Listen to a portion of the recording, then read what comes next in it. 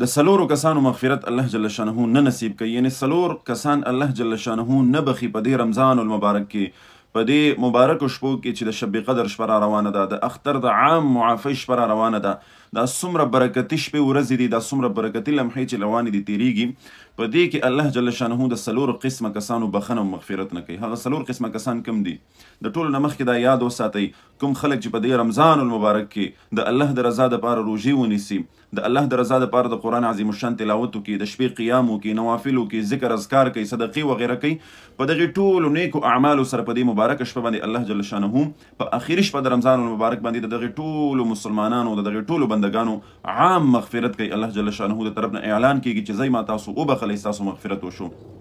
بیا یوه شپه چې د لیلة القدر شپه را روانه ده، په دې اخري شپو کې چې اوس تیریږي لګیا دی، په دې کې الله جل شانه د خپلو بندګانو مغفرت کوي. څومره یو برکتي عظیمه شپه ده.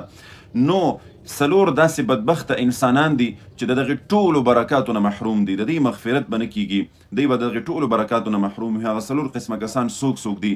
د الله دپاره ځان وباسئ، د دغې عملونو نه، د دغې څلور قسمه کسانو نه ځان محفوظ کوئ، د دغې څلور قسمه عملونو نه. د اوس نه عام د معافی شپه را روانه ده، د لیلة القدر شپه را روانه ده، د اختر شپه را روانه ده، نو لهذا اوس نه دغې عملونه که څوک پکې مبتلا وي، توبه طایب شئ، په سچ باندې الله نه توبه وغواړئ، توبه او معافي طلب کوئ د الله نه، نو انشاءالله الله به معاف کړي او د دغې ټولو برکتونو کې به ستاسو هم حصه وشي. څلور قسمه کسان کم دي؟ شرابخور، د نشې عادي انسان، د دغسې کس الله جل شانه مغفرت نه نصیب کوي په دغې مبارکو شپو ورځو کې. د مور و پلار د والدینو نافرمانه چې مور و پلار عاق کړی وي او د مور و پلار زړه د هغې نه خفه وي او ډېر په سخته باندې د مور و پلار نافرماني کوي، د دغسې انسان هم مغفرت نه نصیب کیږي په دغې مبارکو شپو ورځو کې. او ورپسې دریم نمبر کوم سړی چې د رشته دارانو سره تعلق صحیح نه ساتي، رشته یې ورسره ختمه کړې وي، رشته یې ورسره کټ کړي وي، د دغسې کس به هم الله جل شانه مغفرت نه نصیب کوي. او ورپسې اخرنی په زړه کې بغض او کینه ساتونکی انسان چې د بل مسلمان رور دپاره دی په خپل زړه کې بغض کینه ساتي، د دغسې کس به هم الله جل شانه مغفرت نه نصیب کوي. واورئ مسلمانانو ورونو، که ته نشهیې لاړ شه، اوس نه توبه وباسه، د نشې نه توبه که، الله جل شانه به دې معاف کړي، ډېر رحیم او کریم ذات دی. که ته د مور و پلار نافرمانه لاړ شه، معافي دې وغواړه، مور و پلار نه معافي وغواړه، مور و پلار خوشحاله که، الله جل شانه به دې معاف کړي. که چېرته تا رشته داران خفه کړي، د هغې سره یې تعلق ختم کړي، لاړ شه د اختر نه مخکې په دې ورځو کې ورسره تعلق بحال که، راویې غواړه، ته ورشه تعلق ورسره جوړ که، الله به دې معاف کړي. که چېرته د یو مسلمان رور دپاره چې نن سبا موږ تاسو ټول پکې مبتلا یو، هر انسان هر دویم انسان ته په زړه کې بغض ساتلی وي. ولې ساتو؟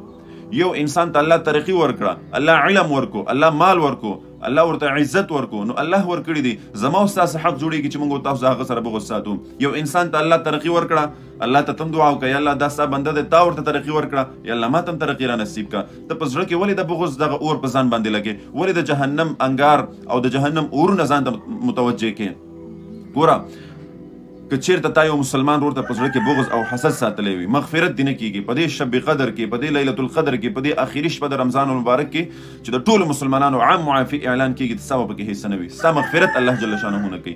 فایده څه ده چې زموږ او ستاسو د یو مسلمان ورور سره بغض کوو، د هغه سره حسد کوو، د هغه خپې وهو؟ الله هغه ته مال ورکړی، ته الله ته وایې الله ستا بنده دی، تا ورته مال ورکو، یا الله ما ته مال راکړي، یا الله ما ته پیسه راکړي، یا الله ما ته جایداد راکړي، یا الله ما ته عزت راکړي، یا الله هغه ته تا ورکړی ما ته هم راکړي. ضرورت څه دی؟ فایده څه ده د حسد د بغض؟ قسم دی نقصان دی پکې، تباهي ده، د دواړو جهانونو تباهي، د دنیا او د آخرت تباهي ده پکې. د آخرت خو هغه تباهي ده چې د عذابونو سره به مخامخ شي، د دنیا تباهي پکې دا ده چې داسې مبارکې شپې ورځې دي د دې د خیر نه ته محروم کېږي. او دغسې ورسره دنیوي د ټولو نه غټ نقصان دا دی چې د چا سره ته بغض او حسد کې، هغه بېغمه په خپلو مزو کې خپله زندګي تېروي، او ته به شپه ورځ په ځان باندې به دې اور لګولی او د هغه په باره کې به دغه نیګیټیو او غلط سوچونه کې، به خبره مه یې په خپلو مزو کې، خو تا به ځان تباه کړی، شپه ورځ به په دې سوچونو کې او شپه ورځ به په دې کې لګېدلی چې کله به دا راغورځېږي، راغورځېږي نه، هغه الله نور هم اوچتوي، الله هغه ته نور هم عزت ورکوي، ستا په بغض سره د هغه په عزت کې کمی نه راځي. نو لهذا دا څلور داسې ګناهونه دي چې دا تا د تباهۍ سره مخ کوي، د دغې ټولو برکاتو نه دې محروم کوي. لهذا اوس نه توبه طایب شئ، د خپلو ملګرو سره دغه ویډیو پیغام زموږ شریک کوئ، خپلو رشته دارانو ته ولېږئ، خپلو یارانو دوستانو ته ولېږئ چې تر اختر راتلو نه مخکې د دغې مبارکې شپو د ختمېدو تېرېدو نه مخکې موږ تاسو د دغې عملونو ځان وساتو. الله دې موږ تاسو په هغې بندګانو کې شامل کړي چې د هغې به عام معافي کېږي د الله د طرف نه، او هغې ته به عفو نصیب کېږي، او دغه ټول خیرونه او برکتونه د الله جل شانه زموږ او ستاسو په دې رمضان مبارک کې نصیب کړي. السلام علیکم ورحمت